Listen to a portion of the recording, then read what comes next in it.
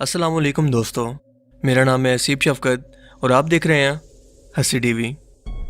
दोस्तों, हमारी ये यूनिवर्स और स्पेस एक बहुत ही मिस्टीरियस जगह है जिसके बारे में हम ज़्यादा कुछ भी नहीं जानते।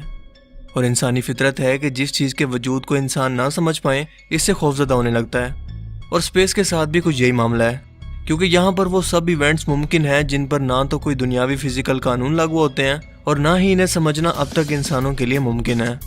इसीलिए खला में मिलने वाली ऐसी बहुत सारी खोजें हैं जिनका वजूद तो बज़ाहिर मुमकिन नहीं, लेकिन एक्चुअल के अंदर ये एग्जिस्ट करती हैं, फिर चाहे ये किसी इत्तफाक से मौजूद हों या किसी मसलत की वजह से, जो कि अब तक हम इंसानों को मालूम नहीं है।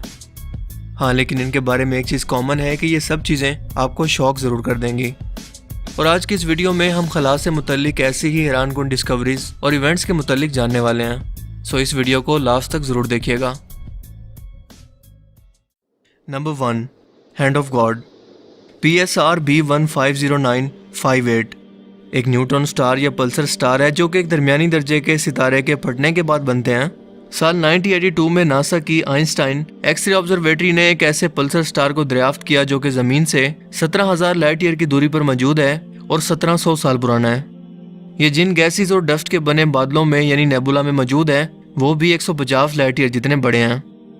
लेकिन इस न्यूट्रॉन स्टार की खास बात यह है कि ये बहुत तेज़ी से घूमता है और इसके आसपास मौजूद नेबुलास के बादल मिलकर एक ऐसी शेप बनाते हैं जिससे ये किसी इंसान का बहुत बड़ा हाथ मालूम होता है जो कि खला के अंदर मौजूद है।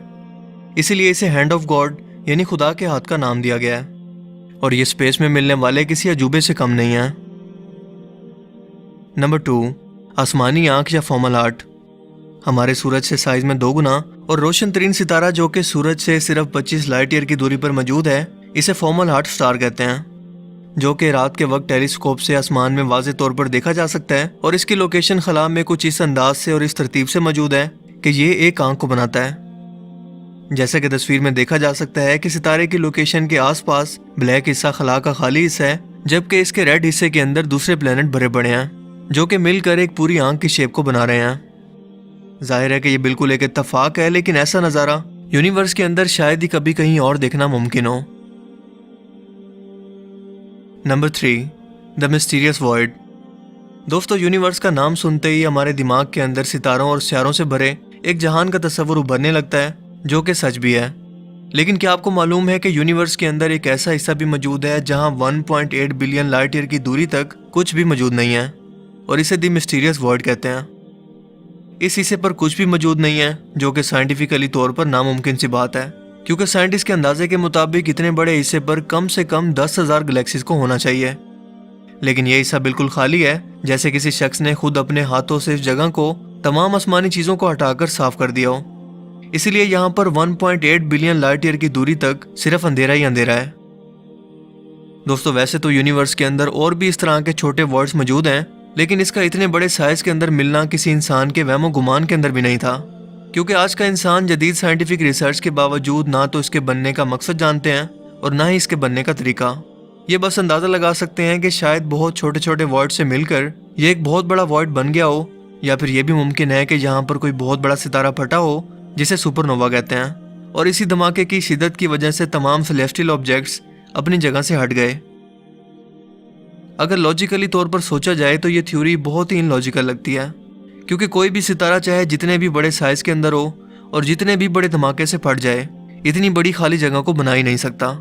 इसीलिए कई साइंटिस्ट इसे एडवांस एलियन मखलूक के वजूद से भी जोड़ते हैं, जिनका मानना है कि एलियन नामी खलाई मखलूक किसी जदीद मशीनी डिवाइस का इस्तेमाल करके सितारों की एनर्जी को इकट्ठा करके इन्हें किसी काम के अंदर लगा रही है, और इसीलिए कायनात के इस हिस्से के अंदर हमें कोई भी सितारा देखने को नहीं मिलता। लेकिन दोस्तों, हकीकत के अंदर ये सब थ्योरीज हैं, और हकीकत क्या है ये अब तक कोई भी नहीं जानता। Number 4, brightest thing in the universe. दोस्तों, आसमान में नज़र दौड़ाएं तो हमें सूरज एक वाहिद ऐसी चीज़ है जो कि सबसे ज़्यादा रोशन और चमकदार नज़र आता है। लेकिन सवाल यह है कि क्या सूरज और बाकी सितारे ही हैं जो कि आसमान में मौजूद सबसे रोशन ऑब्जेक्ट हैं?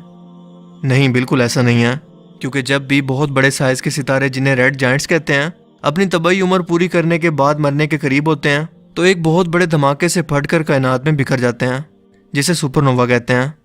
इस धमाके की रोशनी कायनात की तेज तरीन रोशनी में से एक है, जिसके बाद ये एक ब्लैक होल के अंदर बदल जाते हैं, और ब्लैक होल्स कायनात के पुरअसरार तरीन ऑब्जेक्ट्स में से एक हैं। ये आसमान में मौजूद बहुत बड़े बड़े सुराख हैं जिनके पार क्या मौजूद है हम नहीं जानते।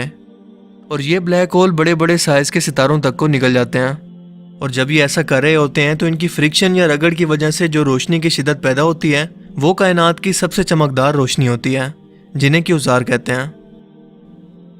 इस एक क्यूसार की रोशनी का मुकाबला हजारों या लाखों गैलेक्सीज की रोशनी मिलकर भी किसी भी तरह से नहीं कर सकती।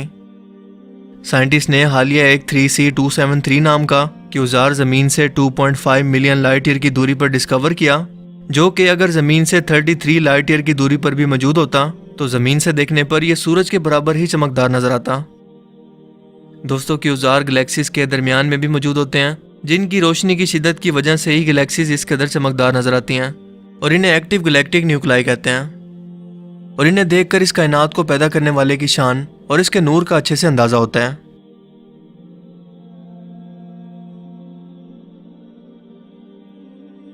Number 5, pillars of creation. दोस्तों, यूनिवर्स में गैसेस यानी हाइड्रोजन और हीलियम और डस्ट के बने बड़े बड़े बादलों को नेबुलास कहते हैं।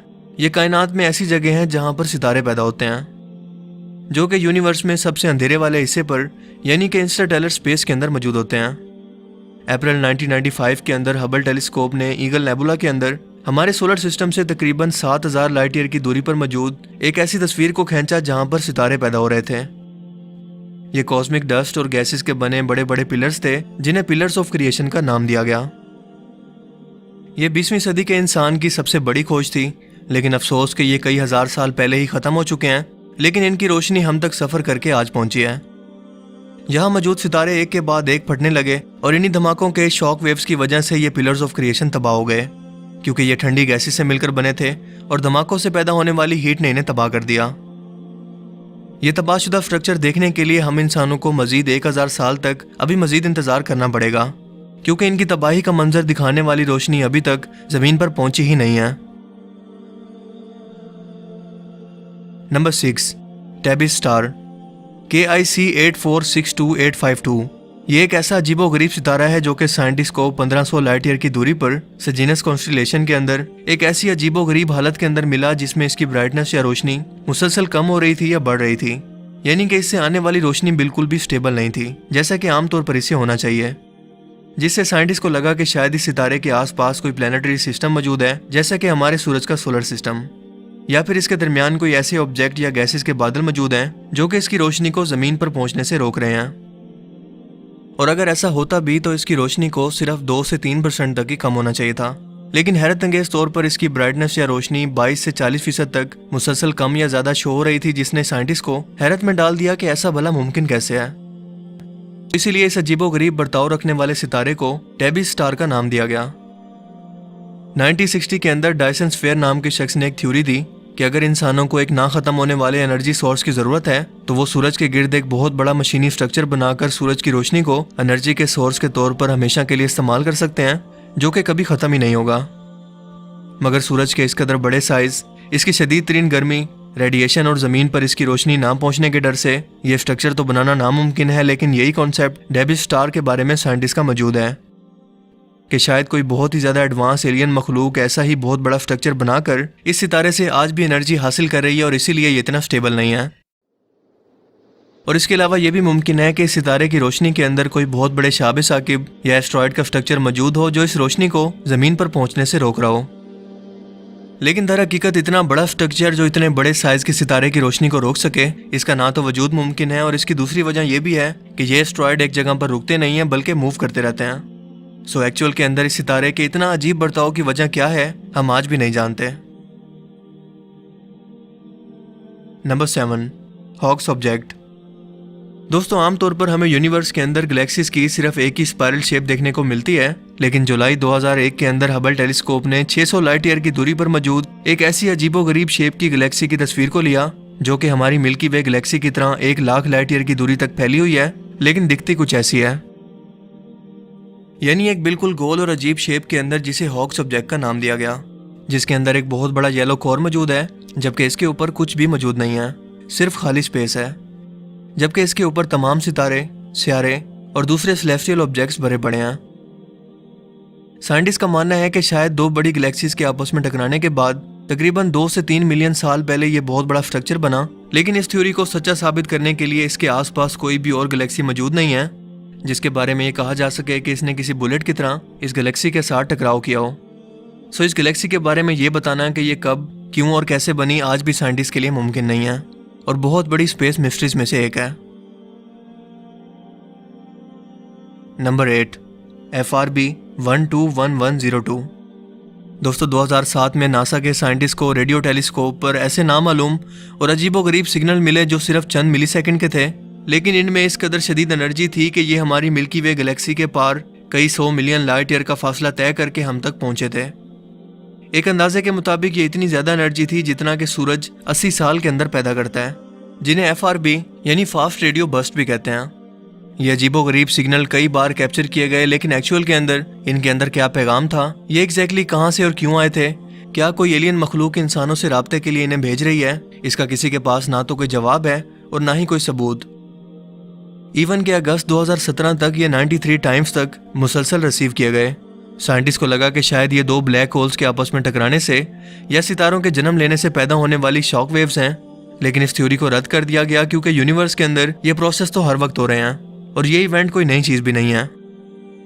लेकिन आज भी ज्यादातर साइंटिस्ट का ये मानना है कि ये किसी एलियन मखलूक का काम है जो कि हमें कुछ बताने की कोशिश कर रही है, लेकिन हम इंसानों के पास इन रेडियो वेव्स को डिटेक्ट करने के अलावा इनके मैसेज को डिकोड करने की और इन्हें जवाब देने की कोई एडवांस तरीन टेक्नोलॉजी मौजूद नहीं है।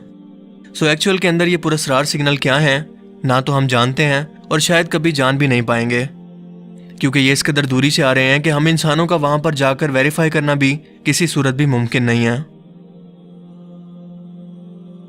दोस्तों मुझे उम्मीद है कि आज की इस वीडियो से आपको बहुत कुछ नया जानने को मिला होगा और आपको ये वीडियो पसंद आया होगा। अगर आप स्पेस पर मजीद इस तरह की वीडियोस चाहते हैं तो इस वीडियो को लाइक कीजिए और दोस्तों के साथ भी इसे ज़रूर शेयर करें। अब मैं मिलूंगा आपसे एक नई इंटरेस्टिंग वीडियो में, तब तक के लिए अपना बहुत सा ख्याल रखिएगा। Thanks for watching this video. अल्लाह हाफिज़।